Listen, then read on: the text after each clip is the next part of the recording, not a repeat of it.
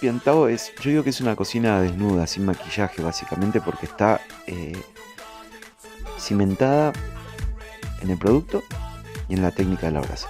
Pero me acuerdo que abrí todo y me dice mi maître, me dice, oye, hay un señor sentado acá, Carlos Maribona. Yo mezclo leña y carbón. La leña me aporta aromas y el carbón calorías. El público de Madrid es un público muy exigente, muy exigente.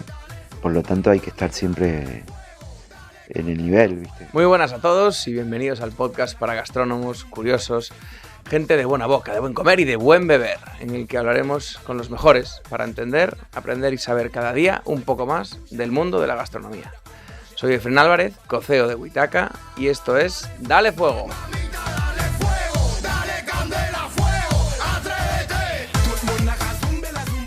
Hoy tenemos con nosotros a un cocinero que empezó muy joven, lavando platos en Argentina, y después de formarse en medio mundo, Nueva York, Francia, y por supuesto en restaurantes españoles de la talla del Sella de Can Roca, Can Faves o el archiconocido Bulli, aterrizó en Madrid y aquí lleva más de 15 años. Y en todo este recorrido volvía continuamente a una idea: poner la parrilla argentina en su lugar. Y por eso abrió en 2019 su particular locura, Piantao. Hoy ya tiene 2 locales y ha conseguido llegar al puesto 28 de mejores restaurantes de carne del mundo. Hoy viene a darle fuego con nosotros el maestro de fuegos, Javier Brichetto. ¿Qué tal, Javier? ¿Cómo estamos? Muy bien, muy bien. Bueno, qué linda presentación, ¿eh? Me ¿Sí o qué? encanta. ¿Te ha gustado? Me gustó mucho. ¿Es fiable o no? Sí, 100%. 100%, 100%, 100%. Oye, primero gracias por hacernos este huequecillo, por venir a vernos, que seguro que no te aburres y eso, bueno, aunque aquí en Madrid y en España en general te conocemos pues, por tu trabajo en la brasa y demás, entiendo que tu trayectoria ha sido mucho más. ¿Nos cuentas un poco quién es Javier Brichetto y cómo llegas hasta el día de hoy? Sí, claro, yo tuve la suerte, digo, de encontrar esta profesión muy joven. Me di cuenta que quería cocinar un poco por necesidad. Em, yo fui papá muy joven y eso me obligó a tener que asumir esa responsabilidad y trabajar. Pero mi primer trabajo fue básicamente, sí, lavaplatos, pero descubrí que mientras lavaba los platos, la cocina era lo que me interesaba. Y básicamente fui aprendiendo. En ese momento, por lo menos en Argentina, no había escuelas de formación. Entonces, yo trabajaba a la mañana en un restaurante y por la tarde me iba a trabajar gratis a los hoteles, porque los hoteles de renombre eran los que tenían los chefs franceses. En ese momento, te estoy hablando de los 90. De los 90. Em, en Argentina, básicamente la cocina de lujo, de vanguardia en ese momento era la técnica francesa. ¿Y quién tenía chef franceses? Los grandes hoteles. Y bueno, básicamente su equipo, ¿no? Chef, pastelero. Entonces, toda esa técnica de la cocina francesa la veía solo en los hoteles y yo iba a trabajar gratis. Y me fui formando parte de mi día trabajando porque necesitaba dinero y la otra aprendiendo gratis, básicamente. Y eso me permitió crecer rápido. Ya con 18 años fui jefe de cocina de un restaurante con 20 personas. Señora Eh, Evolución, ¿eh? sí, sí, sí, sí. Y bueno, básicamente eh, desde ahí no paré de formarme en diferentes restaurantes que me llamaban la atención, ¿no? De hecho, en el 2000 o creo que sí, en el 2000 fue, mandé una carta al Bully pidiendo hacer una pasantía y me aceptaron. ¿Y en qué momento decides tú salir de Argentina? ¿Salías y volvías o te fuiste directamente? No, salí y volvía, pero después también me daba cuenta que todo lo que aprendí afuera no lo podía aplicar en el mercado local, porque era una cocina con una evolución tan grande que básicamente estos restaurantes, sobre todo el Bully, em, Por eso te cogiste un avión para ir a trabajar al sí. Bulli en verano Primero y... hice Racó de Canfaves.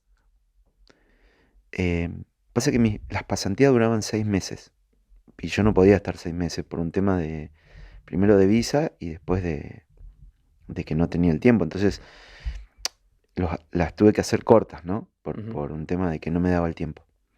Entonces pude tocar varias, pero es que después era muy difícil poder trasladar eso que aprendía. eh, Evidentemente algunas técnicas sí, pero estamos hablando de una cocina que en ese momento era la vanguardia absoluta, por lo tanto era muy difícil que en Latinoamérica se entendiera eso. Entonces era más que nada para un conocimiento mío personal que para poder aplicarlo después, ¿no? Era parte de mi formación. De hecho, yo nunca pude, en todos los restaurantes que trabajé, nunca pude practicar esas técnicas que había aprendido porque me parece que era un lugar único, ¿no? Que no era replicable esa cocina en otros lugares. Pero ¿cómo era tu restaurante en Argentina en ese momento? Bueno, en Argentina básicamente tenemos mucha influencia de la cocina eh, italiana y creo que hay muchos restaurantes que todavía esa carta no ha cambiado porque básicamente se compone. Porque también hay que analizar lo siguiente. No siempre el comensal evoluciona de la misma manera que el cocinero. Entonces el mercado te acomoda un poco, ¿no? Eh, en Argentina básicamente parrillas hay un montón, pizzerías, heladerías, eh, la pasta. Y de hecho ha evolucionado tanto que yo considero, esto es una opinión personal, que incluso la pasta y el helado puedes encontrar hasta incluso mejores que en algunos lugares de Italia. Porque se elabora tanto y se consume tanto que eso va evolucionando de una manera. Por lo tanto, las cartas siempre en Argentina son básicamente, ahora han cambiado y quizás se metió un ceviche, pero era una burrata con tomate, carpaccio, vitel toné. O sea, no digo que todos los restaurantes son así, pero básicamente em, los restaurantes van en una línea de, de productos bastante conocidos, ¿no? Donde la gente, por ejemplo, yo he trabajado en un restaurante italiano donde tenía parrilla incorporada, porque Sí, la parrilla básicamente es obligatoria, ¿no? O sea, es eso obligatoria, o sea, es como que, viste, hasta los helados pasan por la parrilla, ¿no? casi, casi, casi, casi. De hecho, una de las cosas que extraño por Buenos Aires es que vos vas caminando por la calle y sentís olor asado, porque no solo de un restaurante, sino que puede estar saliendo de una casa, o puede estar, digo, lo tenemos tan incorporado a esto que Buenos Aires huele a veces, hay barrios que huele a brasa, asado. Eso es una maravilla. Yo cada vez que paso por cerca de la salida de humos de un restaurante de brasa es como ya me ha cambiado el apetito del día. Y bueno, y entonces, ¿en qué momento? O sea, porque luego pasas por Nueva York también.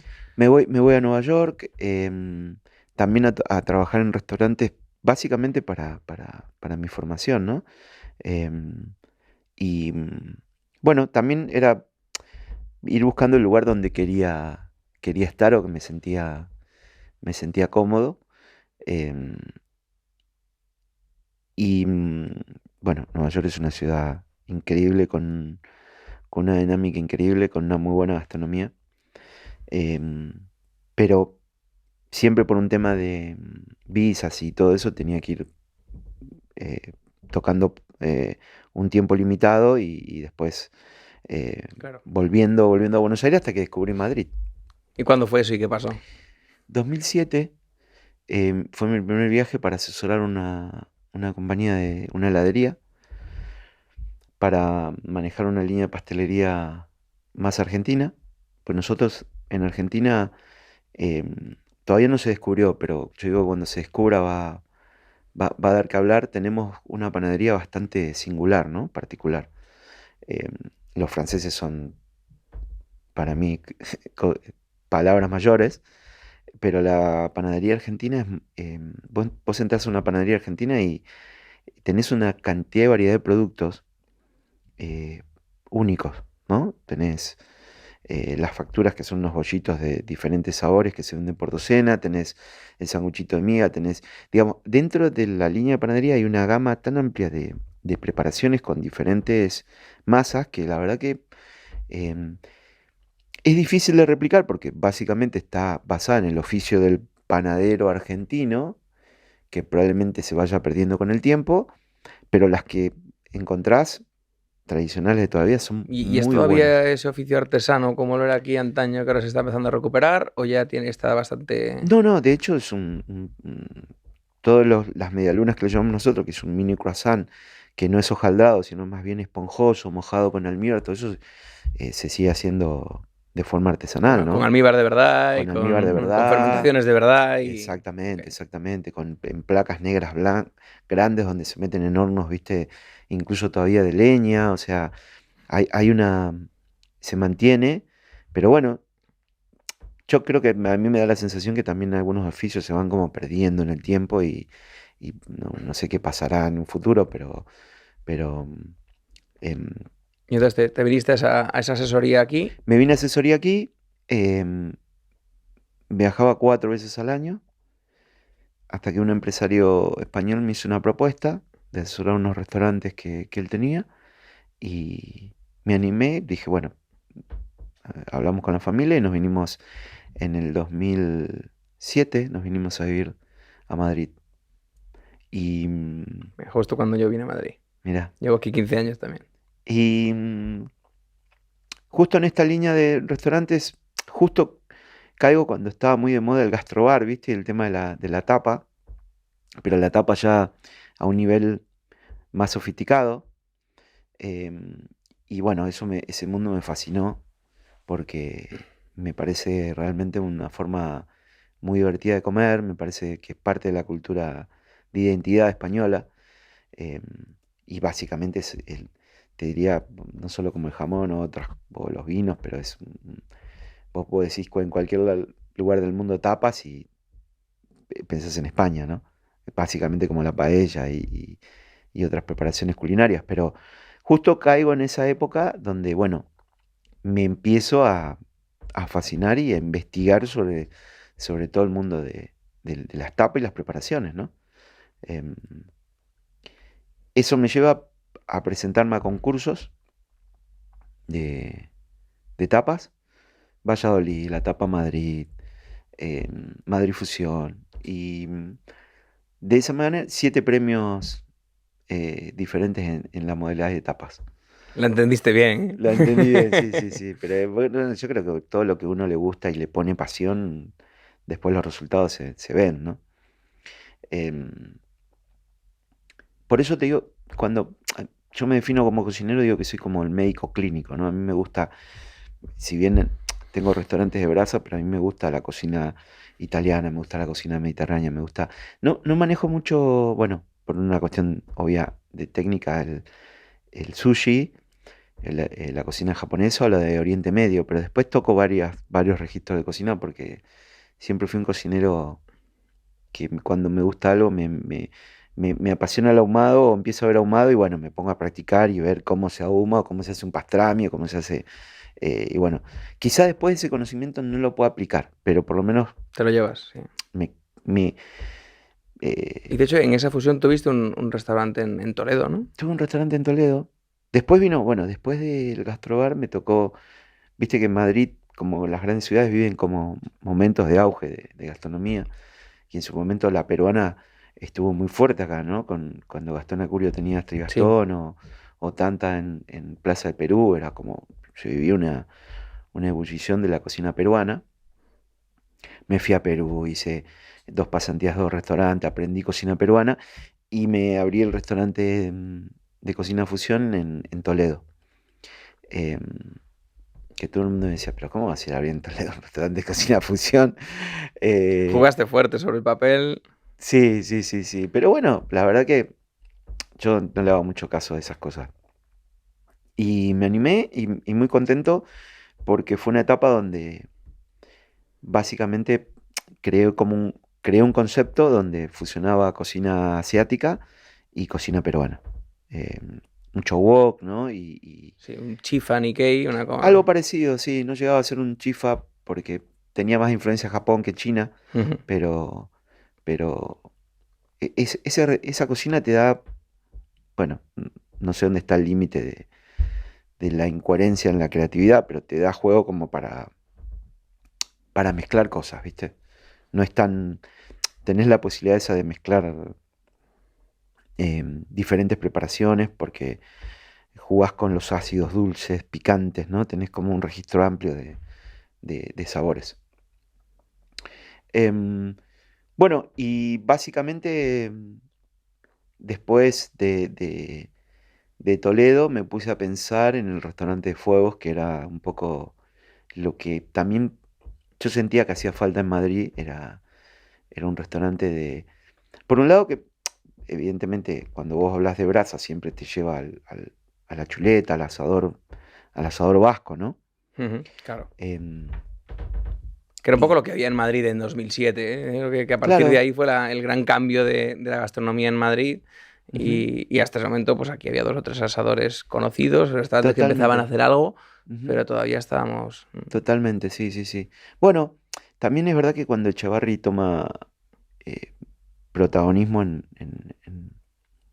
las listas y empieza a hablar, claro, eh, la brasa en la alta cocina era, de momento nunca había, se tocaban preparaciones, ¿no? Pero nunca había un restaurante que esté basado en todo a la brasa. Entonces, después del gastrobar, la cocina peruana, ¿no? Empezó a aparecer la brasa. A través del Hosper, básicamente, que eh, empezó a estar en casi todos los restaurantes y ya la brasa. Yo creo que justo caigo en un momento, caigo, digo, o abro en un momento que estaba en ese momento la brasa como. Y básicamente no había un restaurante argentino que esté tecnificado, digamos, desde los cortes de carne hasta la forma de cocinar, ¿no? Esto lo digo desde mi punto de vista, no, sin ofender a nadie. Em, er- Era como lo veía en ese momento. Entonces, em, me ubiqué en Matadero, eh, enfrente justamente al Matadero, en Legazpi, en un restaurante en una esquina, donde también todos me decían, ¿cómo te vas a meter ahí? ¿Cómo va a ser? Bueno, fuiste visionario en las 2 cosas, en el despegue de la parrilla y en el despegue de esa zona. Tengo que mirar luego las fotos de la primera vez que fui, que yo creo que fue ahí al poco de la apertura y ya comimos súper bien, pero que sí, que la gente me decía, pero vamos a ir a comer hasta allá, yo que sí, vamos para allá. Aparte, a mí me llamó la atención porque venía gente de todas partes de Madrid y no sabían que existía el Matadero o no sabían que existía ese barrio, ¿no? Entonces yo digo, wow, qué raro, si estás a 4 kilómetros, 5 kilómetros, una zona no muy frecuentada, sobre todo fuera de la ruta gastronómica, ¿no? Que uno se puede imaginar.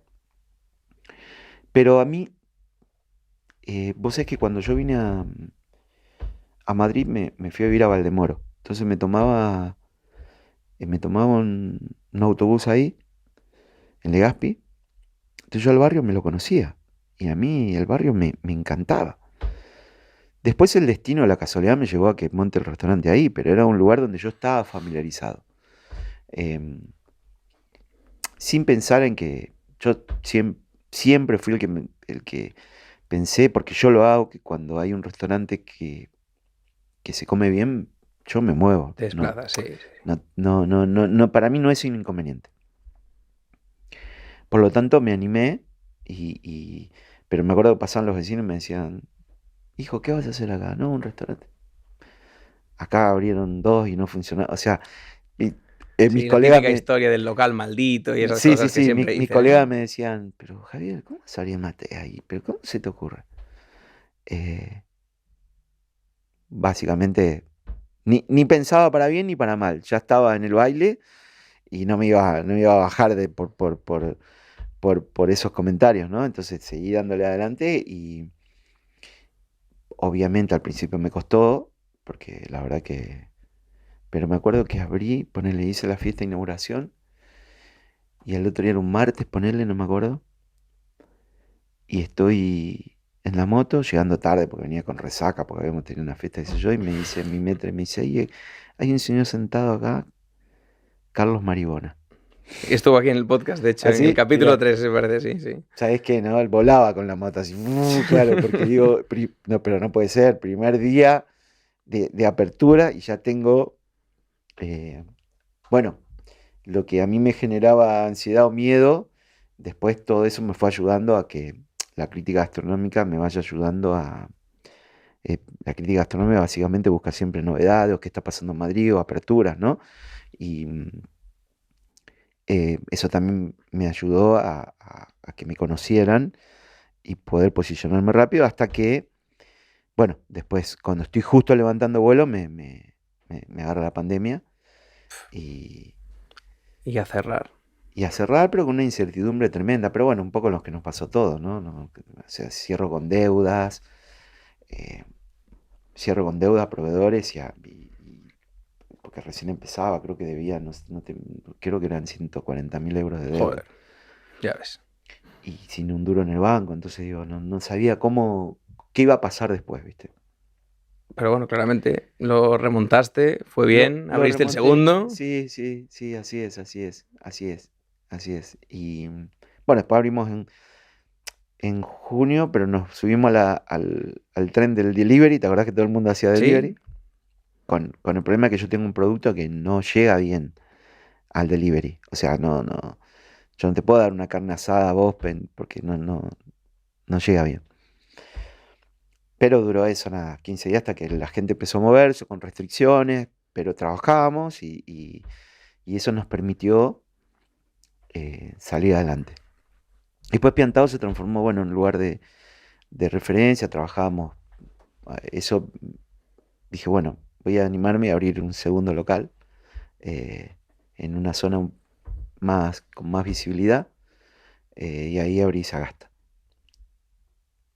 muy bien, muy bien. Y enhorabuena por el camino Gracias. que seguro que no ha sido fácil. Y bueno, y ahora ya te han reconocido hasta en el top 100 del mundo, en el top 30 del mundo. Sí, sí, sí. Bueno, todas esas cosas te, te animan. También es verdad que hay gente que mira bastante antes de ir a un restaurante las recomendaciones, ¿no? Entonces, todo eso te ayuda Sí, a... sobre todo cuando viajas, cuando vas por aquí, por allá y dices, oye, Claro. ¿cómo me inspiro? Porque si tú vives en una ciudad, pues preguntarle, tienes tu crítico de referencia o tus dos o tres recomendadores de diferencia y tienes tu mapa de restaurantes un poco en la cabeza si te gusta esto, pero No, y sobre todo que ahora, eh, es verdad que cuando yo abrí no tenía mucha competencia. Hoy tengo muchísima ha porque estallado de repente, sí, sí. Sí, sí, sí, sí. Y haciéndolo bien.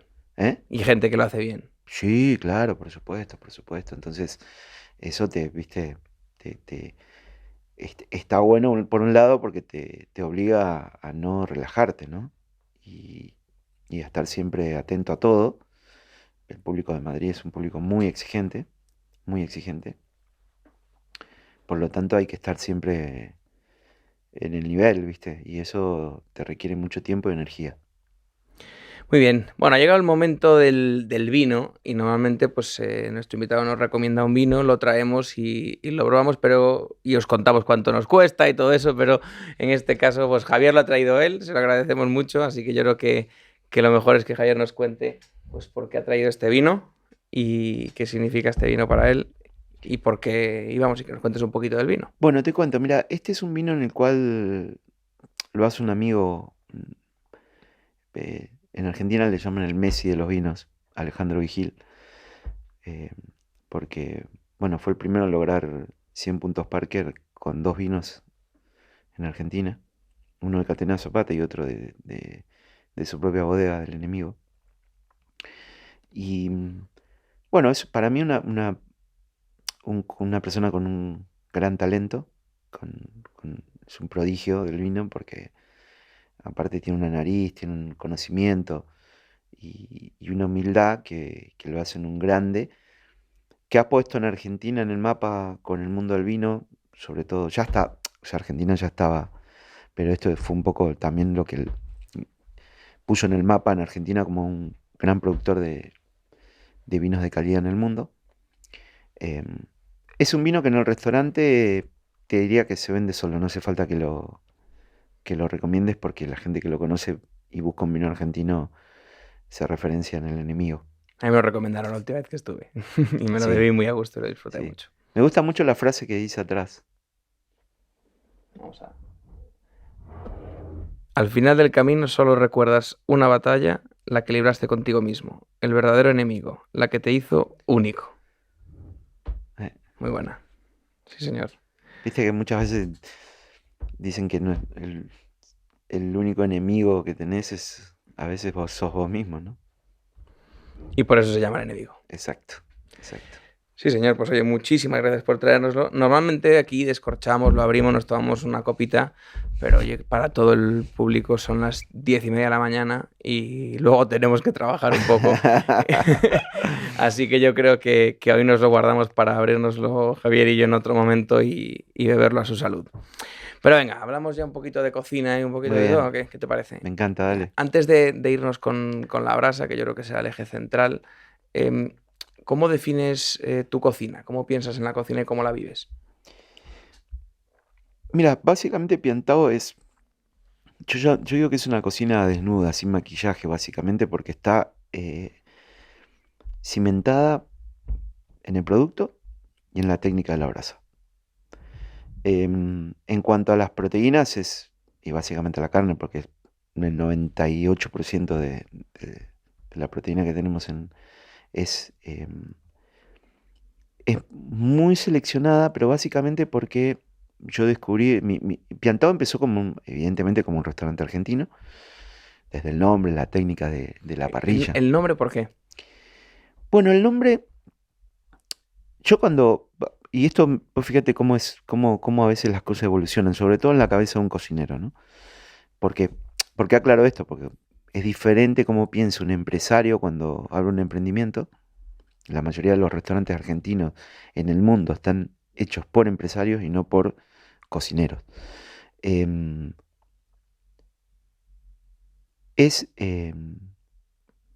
Empezó como un restaurante argentino y luego fue evolucionando y hoy no sé qué es.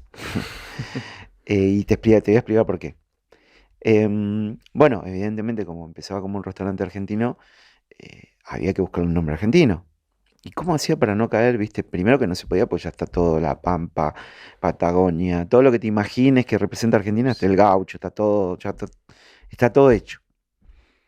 Entonces dije, bueno, a mí me gustan las letras del tango, ¿viste? Y digo, bueno, el tango, ahí en Argentina está el lunfardo, que todavía no se perdió, que es una forma coloquial de hablar, básicamente que cuando llegaron los inmigrantes, eh, Buenos Aires, sobre todo, una ciudad muy moderna en esos momentos culturalmente y guerras en todos lados, pero era muy próspero Argentina y se dio un fenómeno cultural y se hablaba un idioma en la calle, ¿no? Una jerga en lunfardo y de ahí salió la palabra pibe, eh, gil, bueno, hay varias palabras que se Sí, utilizan todavía ahora que se siguen utilizando y piantao es una de ellas que define la locura pero de forma más romántica, vale. ¿no? Pues estás piantado por tu chica, por tu chico. Es cuando estás loco por algo que te gusta mucho. Es como definir la locura, pero de una manera más romántica. De ahí el nombre. Es un nombre que representa a Argentina, un poco la locura que tenemos los cocineros por lo que nos gusta, ¿no? Yo creo que básicamente estoy totalmente convencido que el que se dedica a la gastronomía y que está un poquito, ¿no? O sea, es diferente al resto, pero no quiero decir que sea mejor. Digo que es una profesión que te demanda mucho tiempo, que te tiene que gustar, te tiene que apasionar realmente para poder dedicarte a la gastronomía. Y de ahí esa locura, ese piantao. Sí, sí. Em, bueno, empezó como un restaurante argentino con cortes argentinos. A medida que fui descubriendo producto y decía entraña, probaba todos los animales que te imagines, hasta que llegaba a la conclusión de dónde era la mejor entraña. Picaña, corte muy difícil. Incluso de los animales de Argentina, que son novillos jóvenes, eh, suele ser bastante irregular. Por eso como lo cocinan en Brasil es la mejor forma, en el espeto, porque te lo van sacando en láminas y siempre está rica, sabrosa, con gusto a brasa, tierna. Em, no puede entrar carne con hueso desde Argentina a España por un tema de restricciones de Anda, eso no lo sabía. una ley muy antigua. Yo creo que más que nada es por proteccionismo, porque en realidad la aftosa se radicó en Argentina hace mucho tiempo. La aftosa es una fiebre que ya está erradicada, pero que no puede entrar carne con hueso por ese tema a España. Qué curioso. Mira, yo Entonces, por ejemplo, nunca lo había entendido. no puedo tener tira asado, por ejemplo, Argentina, no puedo tenerla. Entonces tengo que buscar alternativas. Fui buscando de cada corte que va a la parrilla, dónde podía conseguir el mejor origen. Bueno, descubrí el mundo de la chuleta, que la realidad es que es algo apasionante, porque no solo España, sino Europa en general, tenés países que, bueno, Alemania Oriental, eh, todo lo que es vaca lechera, ¿viste? Que tiene que en su momento tenía triple función, trabajo, leche y después carne. Eh, Acá el animal se trata de otra manera. Primero se cumple el ciclo vital bueno, ya trabajo ahora se suprime por las máquinas, pero la leche, y cuando ese animal a partir de los 6, 7, 8 años ya deja de producir leche, ya pasa a consumo, ¿no? Sí, ahí se inicia ese cebado para luego transformarlo en un animal de carne. Exactamente, exactamente. Y bueno, es un mundo fascinante con razas que algunas que hay muy pocas, otras que hay más. O sea, hay realmente un mundo muy, muy interesante. Y ya después nos metemos en la polémica de las maduraciones, ¿no? Justo tuvimos aquí a José Portas de Discarlux Sí, hablando de esto, sí, sí. sí, sí. Em, Polémica porque digo, bueno, a veces, viste, yo creo que hay una maduración em, en la cual llega al punto que vos seguís manteniendo todas las características de la carne. Humedad, terneza, sabor. Incluso para cocinarla a la parrilla, ¿viste? Pero ya cuando te vas a maduraciones extremas, se vuelve más complejo. El sabor, tiene menos agua para cocinar a la parrilla. Bueno, viste que hubo una moda así muy, muy, muy... eh, Si ahora todo está madurado y muy madurado, sí, independientemente de que esté bien hecho o esté mal hecho. sí, exactamente, exactamente. Porque aparte de madurar no es cosa seria, ¿no? No es... Dejo una carne 2 meses en la nevera. No, tiene que tener una humedad controlada, una temperatura controlada. Tenés que saber qué comió ese animal, cómo estuvo alimentado, básicamente. También para saber si lo vas a poder madurar o no. ¿Qué animales no se pueden madurar? ¿Cómo es su alimentación?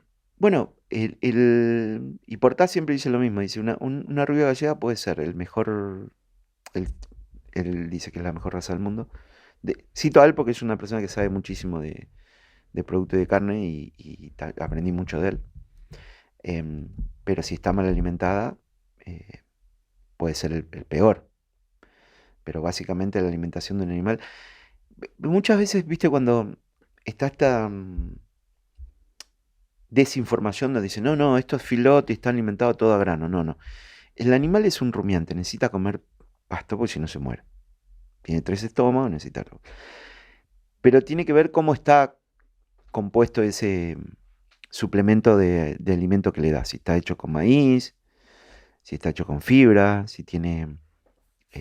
está muy discutido el tema de la alimentación del animal americano porque como no hay una legislación ahí, se usan cereales transgénicos y bueno, hay una discusión con ese tema, ¿no? Pero también tenés frigoríficos en Estados Unidos que...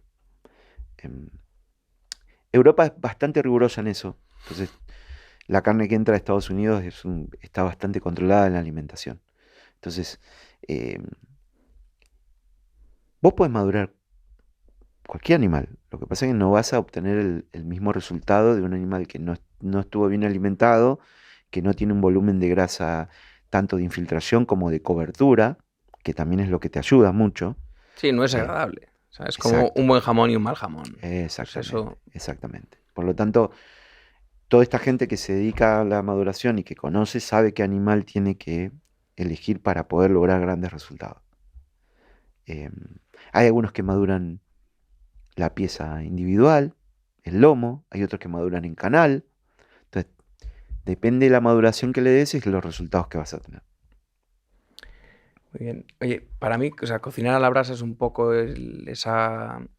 Bueno, aparte del momento especial y feliz, siempre lo asocias un poco con momentos de familia, de amigos, de comer bien, y de volver un poco eso al origen, ¿no? A cómo empezó todo. O sea, para ti, o sea, ¿por qué elegiste la brasa como el punto de asentarte en tu restaurante y en la cocina?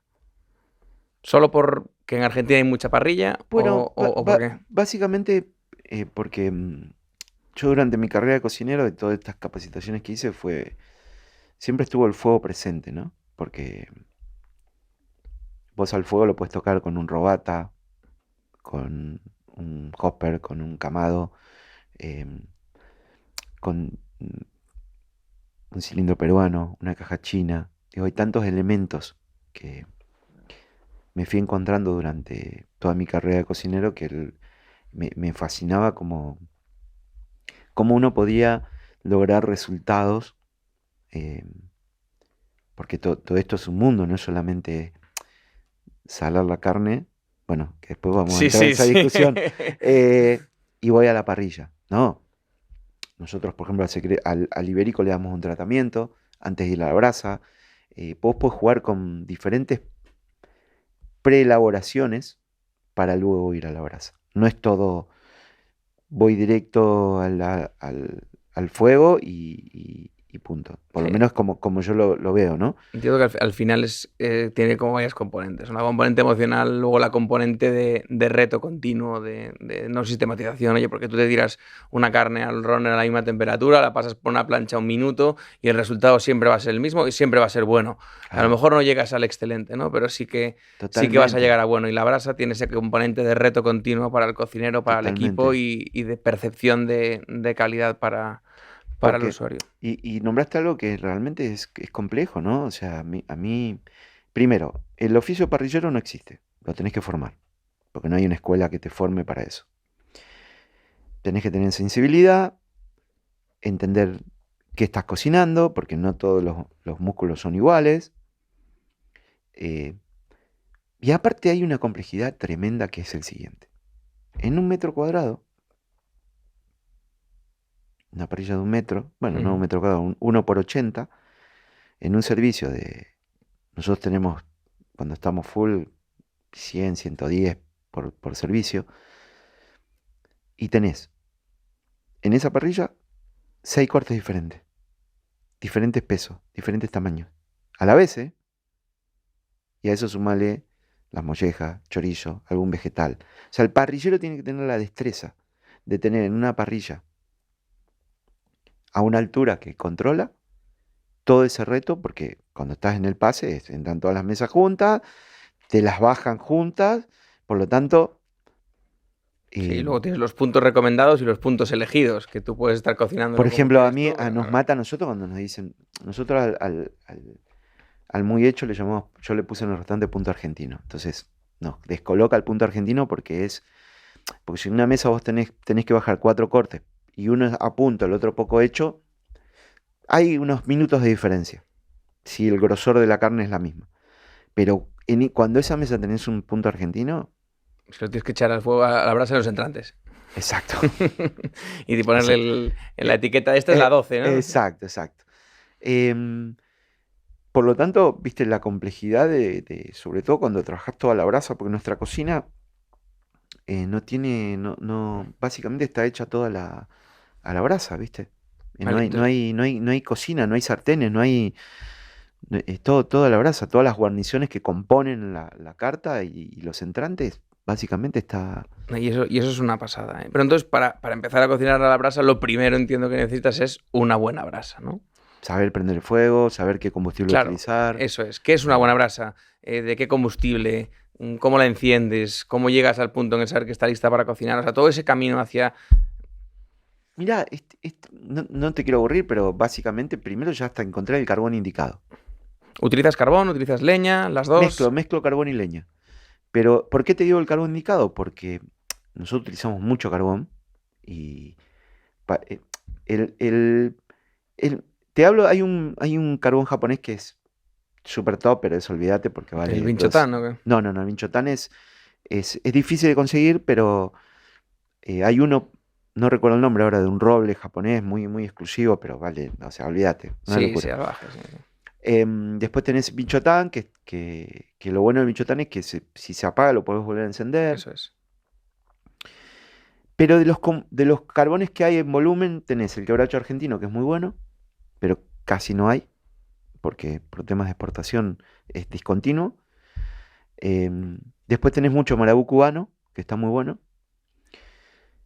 Y después tenés cómo se clasifica un carbón, básicamente por la durabilidad que tiene durante el transcurso en el cual vos lo vas utilizando. Y principalmente yo mezclo leña y carbón. ¿Por qué? La leña me aporta aromas y el carbón calorías. Vale. La leña te puede aportar aproximadamente unas 10.000 calorías y el carbón 35.000. Vaya. ¿Cualquier leña Sí, tiene ese tope o qué? por ejemplo en Argentina es muy, muy común cocinar a leña. Pero claro, vos en tu casa los asados duran 5 horas, ¿no? Prendo el fuego a las 11, Sí, me hago, tengo mi brasita ya, me hago claro. la picadita, que es un poquito de embutido con queso, me tomo mi fernet mientras voy haciendo las cosas lentas, ¿no? Hierro redondo, otra polémica. eh, Porque bueno, está la polémica del hierro redondo, el Sí, sí, hierro ahora nube. vamos a ir con eso, sí. em, y eso es de historia. Pero en un restaurante no, los tiempos no son así. Entonces, ¿cómo? Vamos del inicio. Un buen fuego. Si no tenés leña y usás carbón, tenés que calcular que desde que se enciende el carbón, yo no uso ningún tipo de, De acelerantes ni en nada, ¿no? absoluto, porque no hace falta. Con un papel que lo doblás y unas maderitas que encuentres, o los cajones estos que vienen de fruta, ya eso es un buen iniciador y natural del fuego. Pones 3 4 carbones o 5 a la vuelta y prendes el fuego. Una vez que ya tenés la brasa inicial, ya le puedes meter más brasa, siempre dejando que respire. Nunca hagas una montaña, sino deja que respire, que el oxígeno. Y a partir de que empieza esa combustión, tenés que calcular 40 o 45 minutos hasta que la brasa esté bien roja. Cuando vos te metés en el mundo del asado y del fuego, lo primero que tenés que tener en la cabeza es que tenés que tener paciencia, porque son otros tiempos. Sí, que Prende- enciendes el fuego. ¿A qué hora empieza el servicio? ¿A la 1? Pues enciendes a las 11:30, Nosotros, 12. 12:30 prendemos todos los días el fuego, pues abrimos 1:30. Em, pero en tu casa o donde sea, es paciencia. Cuando tenés la brasa roja, ahí empezás a cocinar. Algo muy frecuente es eh, cuando ves que prendió un poco el fuego y tenés como carbones todavía negros, bueno, Arranco, sí. arranco. O Temperatura no uniforme y la liamos. y que aparte lo hacen algunos profesionales, en medio del servicio, recargar carbón. O sea, tú todo el carbón que utilizas en el servicio lo arrancas en el primer arranque y nada No, más. porque tengo una cuna. Ah, Tengo amigui. una cuna donde ahí hago el fuego y todo lo que cae, esa brasa, la saco a la parrilla. Si tengo que cargar, cargo en la cuna. No cargo en la parrilla en sí. Y ahí sí que tienes esa madera continuamente ardiendo, ¿no? Exacto. Y tengo sabores limpios, porque si pongo carbón crudo, aparte de ser tóxico, me va a generar aromas que no van a ser. Desagradables. Viste que a veces vas a algún lugar y comes brasa y dices, qué rico, tiene sabor a brasa. Y yo lo pruebo, no, tiene gusto a soplete. O sea, tiene gusto a. Esto no es brasa, esto es mala combustión. La brasa es más limpia, es otro sabor en la boca. Em, Digo, porque me ha pasado, ¿no? Me ha pasado de- de- de tener esas experiencias. Por eso voy poco a restaurantes de, de brasas, ¿no? Voy poco. Em, y ahí es donde entra en juego el hierro nube o el hierro redondo. Claro, porque eso es el instrumento, ¿no? Es Y básicamente porque una vez que vos tenés tu fuego y lo extendés de forma uniforme, en la parrilla. El hierro, ¿cómo cocinan los vascos, no? Hierro redondo, pero el vasco cocina con mucho fuego, porque carameliza. Cocciones cortas, Bueno, carameliza no es el intensas. técnico, no es la Sí, parte, bueno, no es incorrecto, lo traes bueno, alguien me corrigió y es cierto. Nosotros los cocineros usamos mucho caramelización cuando en realidad es efecto Maillard sí. porque la carne no tiene azúcares, por lo tanto no carameliza. Pero genera el efecto Maillard muy crujiente, ¿viste? Y adentro muy poco hecho. Entonces la forma de cocinar el vasco es con fuego fuerte, ¿no? Mucha sal por arriba, que después no se pone antes la sal, sino que se pone después, porque, bueno, ahí ahora entramos en esa discusión que yo tengo mi punto de vista y, y básicamente viene desde Argentina, ¿no? De esta forma de... El hierro en nube, ¿por qué utilizo el hierro en nube? Primero porque te da una superficie más amplia, va más rápido en un restaurante y con una pequeña inclinación. Todos los jugos y las grasas caen por la V y van a un desgrasador.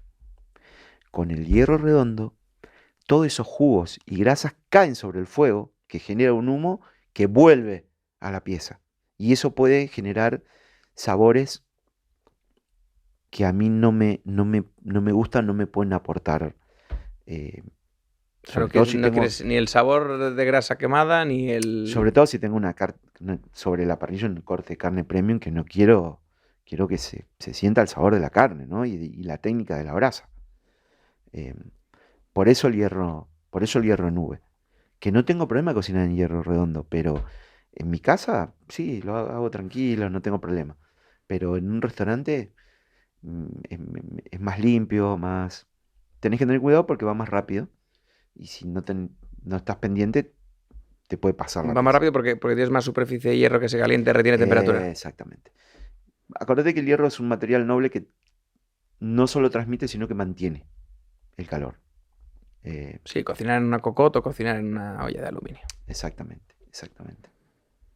Bueno, y tú te hiciste tu parrilla a medida para el restaurante. Yo soy mi parrilla medida porque también fui aprendiendo que los milímetros que le des de apertura a ese hierro también te influyen, em, cómo, cómo manejar las alturas, y todavía sigo, digo, si tuviera que hacer otra parrilla ahora, cada vez la voy, me hacía dos parrillas enormes y me di cuenta que con una parrilla de 1 metro por 80 está más que suficiente. Fui aprendiendo, pero bueno, eso lo aprendés, viste, estando en acción, como la carne, tocándola. em, es básicamente cuando haces mucho algo, terminás como aprendiendo mucho de eso, ¿no? Totalmente. Bueno, y tú antes nos decías que la mayor parte de lo que cocináis es carne, pero bueno, tú cocinas de todo a la brasa, ¿no? Yo he comido las guarniciones, incluso salsas, ¿no? Todo. Nosotros, em, solo por un tema para la patata, que la confitamos primero en grasa de guayu y después la freímos en aceite, es lo único que utilizamos para externo a la brasa. Pero todas las guarniciones y algunos entrantes, la mayoría son, los chorizos los hago yo, los hacemos nosotros, los embutidos. Que si vais todos son espectaculares. Nada que ver con el habitual criollo ultra fuerte, súper lleno de ajo. No, no, No, y básicamente porque otra cosa. yo lo que quería era cuando cortes el chorizo veas la carne que hay adentro, ¿no? Y no que sea como una mezcla ahí procesada, sino que vos cortas el chorizo y veas que hay carne, ¿no? Que está hecho, que está hecho casero. Y básicamente para controlar la cantidad de grasa que le pongo al producto. Eh, que puedas comerte un chorizo y digas, bueno, puedo seguir comerme otro más, ¿no? Porque tengo una grasa eh, propia del corte, ¿no? No es una grasa agregada. Vale, y pensando en transmitir sabor de brasa, entiendo que, o sea, no es lo mismo cocinar cualquier pieza. Entiendo que la grasa, por ejemplo, de una pieza es muy relevante, ¿no? En el sabor que recibe. O sea, ¿qué camino usas para llegar ahí a conseguir tu sabor de brasa ideal? Que sí, ¿qué técnicas usas? Y que, pues eso, si es un aliño, si es... o sea, ¿cuál es? Definiste muy bien el tema de la grasa. La grasa es un... Vos sabés que antiguamente los perfumes se hacían con grasa, ¿no? Era la base de retención de los aromas. La grasa es un gran, básicamente es lo que te permite, si ahumás, que te salga una pieza jugosa. Si cocinas a la brasa, que absorba ese sabor a- a brasa, ¿no? Digamos que es un conductor perfecto para, Así que la para mayor parte de esos volátiles, de esos sabores, son liposolubles, ¿no? Son, eso es. exactamente, exactamente, exactamente. Nosotros, y ahí es donde te digo que entra, por ejemplo, en la presa, que es un músculo, a mí me gusta mucho trabajarlo, lo marinamos con una salsa anticuchera, que es peruana, y la ahumamos. Pero la ahumamos en frío, no en caliente, para no alterar la composición de... Y después va a la brasa. Eso hace que refuerce un poco y digas, ¿cómo hizo Javier para...? Porque yo lo hago a la parrilla, no me sale igual, ¿no? Es como que para darle un toque diferente. Lo mismo hacemos con la pluma o el secreto y te da ese Sí, porque plus. para conseguir eso en la brasa lo vas a pasar de punto. O sea, para conseguir ese nivel de ahumado, de sabor a humo Mm, en la brasa, sí, se te va a ir. es verdad, y si tenés la parrilla muy caliente también te va a jugar en contra. Em, Ahí técnicamente hay una línea muy fina como para que te puedas. Entonces, para evitar eso, eh, esas piezas las ahumamos. La picaña, por ejemplo, ahora estoy haciendo un pastrami de picaña, que estoy así de lograr la perfección. Me llevó bastante trabajo, pero bueno, esto lo hacemos con el cilindro peruano, eh, que es otro elemento fabuloso, donde básicamente, viste, es un cilindro como un tanque de combustible de 50 litros con una chimenea, un quemador abajo y una tapa.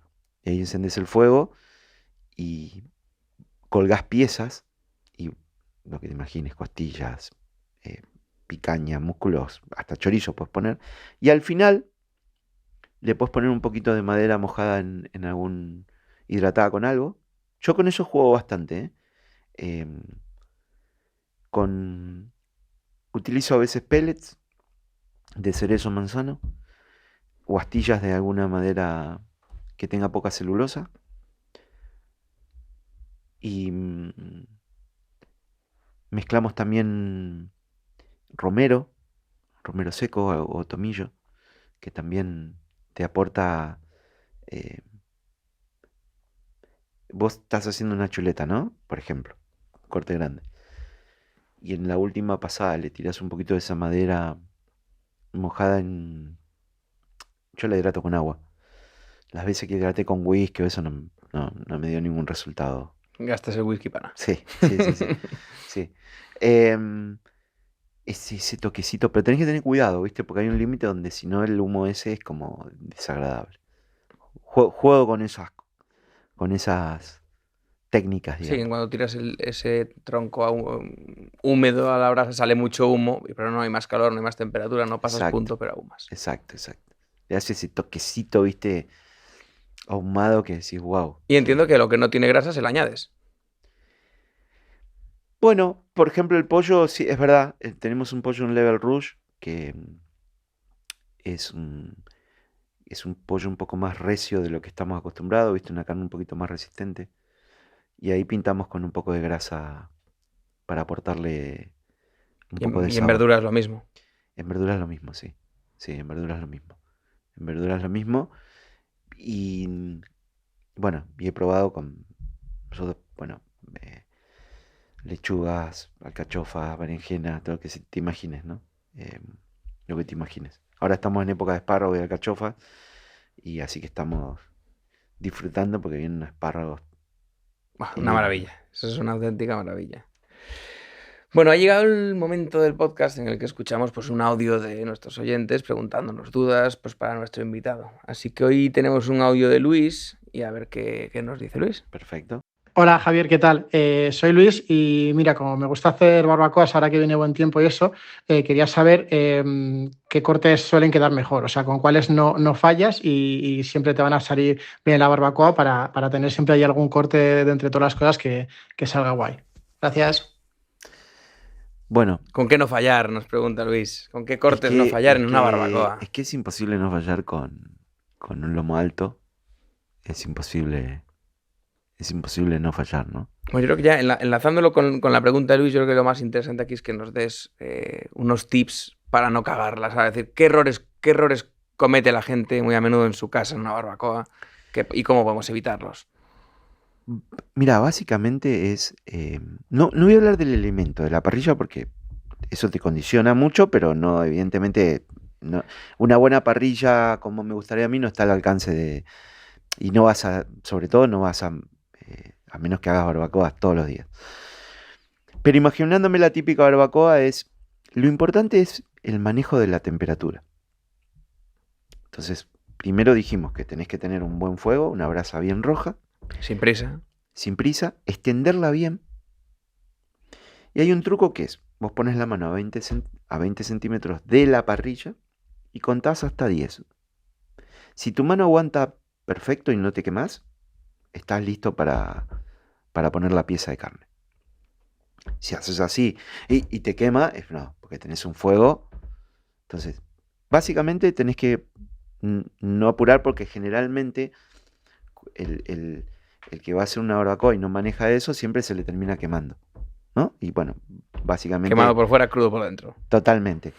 Y como si pones una panceta no pasa nada, porque bueno, te la terminas comiendo, pero una alita de pollo no está tan buena, o se te revienta el chorizo, se te revienta la morcilla, ¿no? Es como que siempre es mejor empezar de menos a más.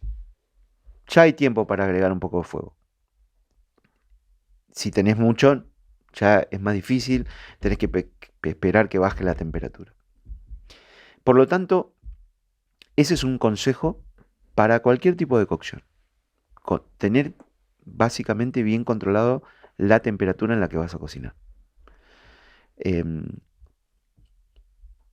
Después, en cuanto a los cortes de carne, no vas a fallar nunca con un lomo alto. También tenés que tener cuidado del grosor de esa pieza.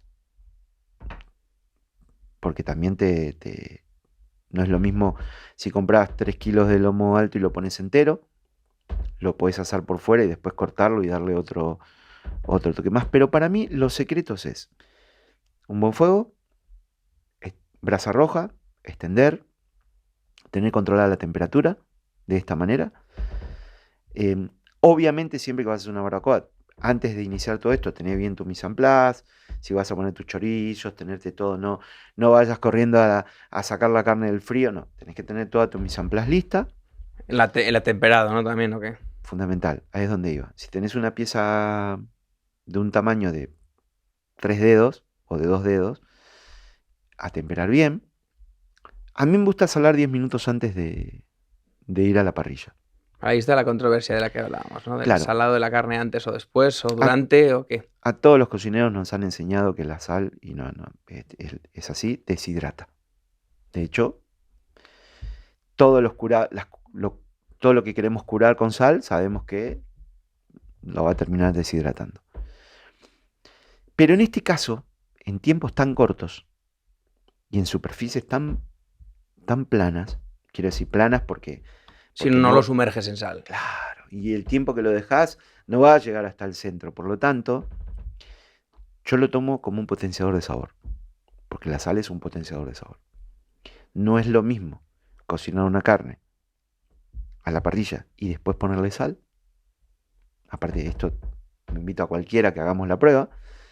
Y no es lo mismo que esa carne haya estado previamente salada. Que más probablemente te ayude también en la fase de semallar, ¿no? Al tener menos hidratación. Exactamente, ahí es donde iba. Yo estoy probando ahora con todas las carnes que me vienen de fuera, Estados Unidos, Canadá. Estoy dándole 2 días de nevera de dry age para que me ayude a secar mejor la superficie y a generar ese efecto maillard que vos decís mucho más rápido. Estamos hablando de algo muy técnico, ¿no? Pero que funciona de esa manera. Sí, pero para todo el mundo que te quede tostadito por fuera de eso rico crujiente. Ese es el efecto Maillard. Exactamente. Entonces, si tenemos piezas individuales como un lomo alto, un lomo bajo de 400 gramos, que vas a tener un grosor aproximadamente 3-4 centímetros, salar antes, 10 minutos antes, y cuando apoyás la pieza en la superficie de la parrilla, no se toca. Otro efecto es, la ponemos acá, la pongo para allá. No. Si vos querés lograr un buen sellado, un buen efecto malear, tenés que dejar que el fuego haga su trabajo y no tocarlo. Una pieza de ese tamaño está, si te gusta poco hecho, está entre los 3 minutos por lado. Esos 3 minutos los dejas quieto y después los girás. De esa manera vas a tener un buen sellado, un buen efecto malear y vas a poder manejar el punto.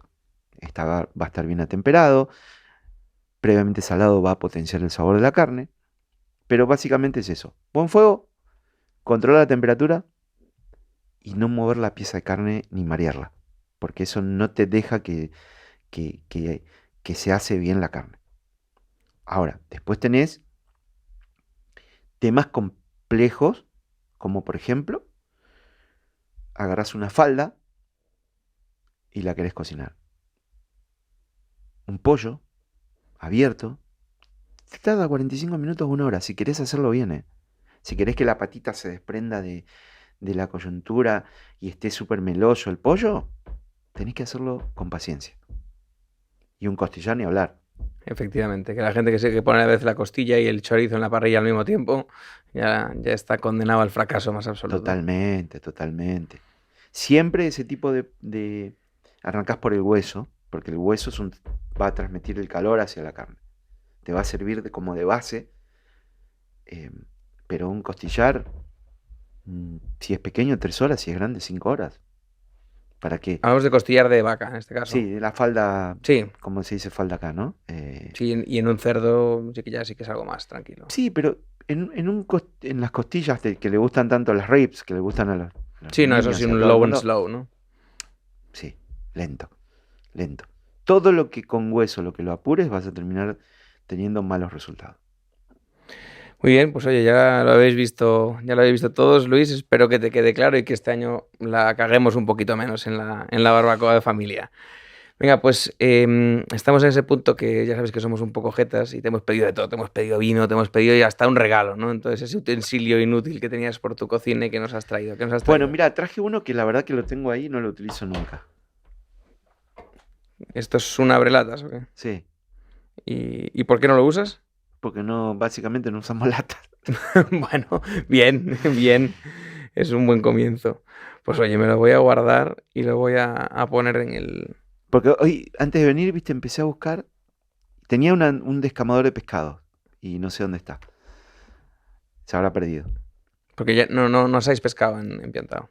No, lo intenté, pero en Piantao intenté de todo. Tenía una caja enorme para hacer para hacer un cerdo de 80 kilos, deshuesado, que la diseñé para eso. Y cuando lo hacíamos los jueves, ¿no? Y lo asábamos lentamente, 5 horas, es una locura. Yo te he visto en algún evento con un cerdo entero. Previamente adobado, ¿no?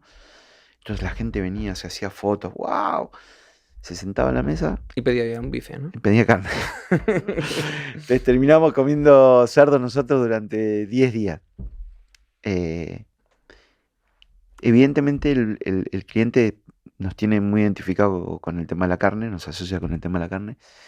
Y he intentado, he comprado rodaballo, he comprado lubina, he comprado pargo y teníamos piezas para hacerlas, pero la gente evidentemente, y entendí que me tenían muy asociado con el tema de la carne, entonces no insistí más. Pero sí tenemos cerdo ibérico, este pollo que te digo, pero bueno, básicamente intenté todo, pero no... Muy bien. Venga, pues estamos terminando el episodio y antes de terminarlo siempre hacemos como una batería de preguntas cortitas. Si en Muy alguna bien. me interesa un poquito, pues ya me meteré a darte más caña, pero venga, vamos allá. ¿Cuánto es lo máximo que has pagado en un restaurante? Por persona. Por persona, 600 euros. ¿Dónde? ¿Se puede saber? Esto fue en Dubái, en un restaurante que por cierto no fue nada del otro mundo, pero No lo el valía, precio ¿no? era- 600 euros. No, si lo comparás con España, que en España tenés unos restaurantes súper top igual, o quizá igual, pero la experiencia hubiese sido seguramente mucho mejor. ¿Y lo máximo que alguien ha pagado en tu restaurante? Hace poco fue un cliente y compró pagó 1.500 euros, porque se tomó un champán de 1.200 euros. Siempre es el vino, ¿no? Lo que sube la cuenta. Totalmente. ¿Ferran Adrià o Santi Santamaría? Uy, me mataste ahí. Te tiré a dar, ¿eh? Me mataste porque siento gran admiración por los dos. Básicamente porque hacían cocinas totalmente opuestas, ¿no? Pero que le dieron mucho a la gastronomía española, entonces La cambiaron para siempre. totalmente. Ferran sin duda, ¿no? Ferran sin duda. Bueno, vamos a mojarnos y vamos a decir, Venga, básicamente por esto Ferran, ¿no? así. La peor digestión de tu vida. ¿Y qué la causó? Vamos.